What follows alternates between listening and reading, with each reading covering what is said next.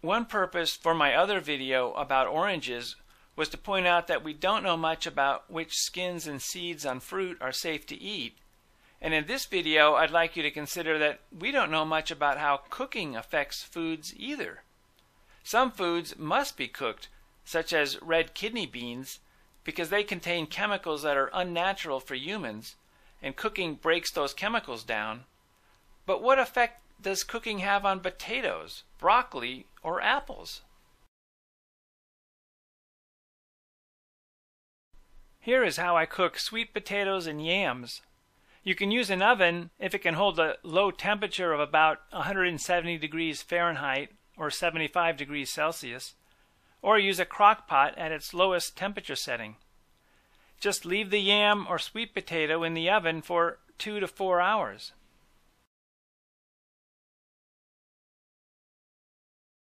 In this example, I stopped cooking the yam when it became soft, but it's not mushy. Almost none of the juice is lost in the process. There are some parts of the skin that you might want to cut off, but I usually leave the skin on because I like to have something to chew on.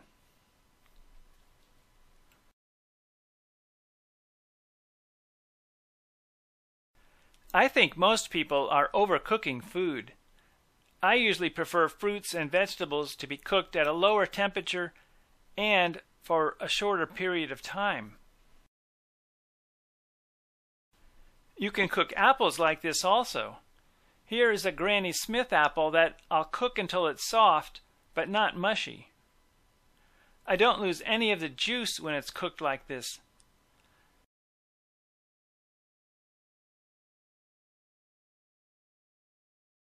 It can be sliced and eaten in this condition.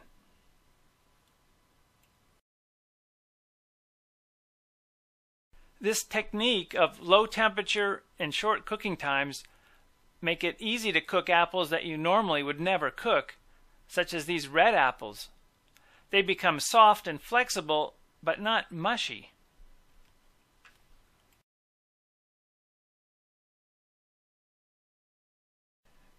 Here's another yam that I cooked to be soft but not mushy. You can use these apples and yams in a variety of ways, such as mixing them together, and then adding some type of sauce, such as orange sauce, or cinnamon, molasses, and coconut oil, or cranberries. You could eat the slices of yams and apples by themselves. Or you could mix slices of yams and apples and add something such as raisins, cinnamon, cream, or other sauces. Or you could dice the apples and yams into pieces and sprinkle them in salads. Or you could mix them together, in this case with cinnamon, molasses, and coconut oil. You can use this technique with bananas also, but bananas cook quickly, so watch them carefully. If you want the banana to be firm rather than mushy, remove it as soon as it becomes brown like this. You can peel it and slice it into a bowl, and you'll end up with something that resembles a warm banana pudding.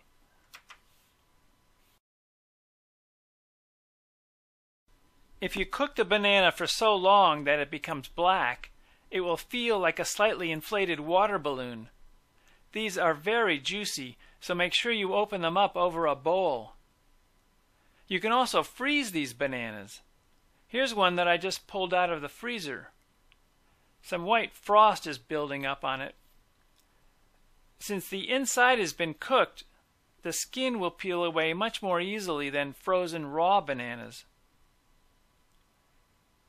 Cooking bananas in their skin protects them from the oxygen.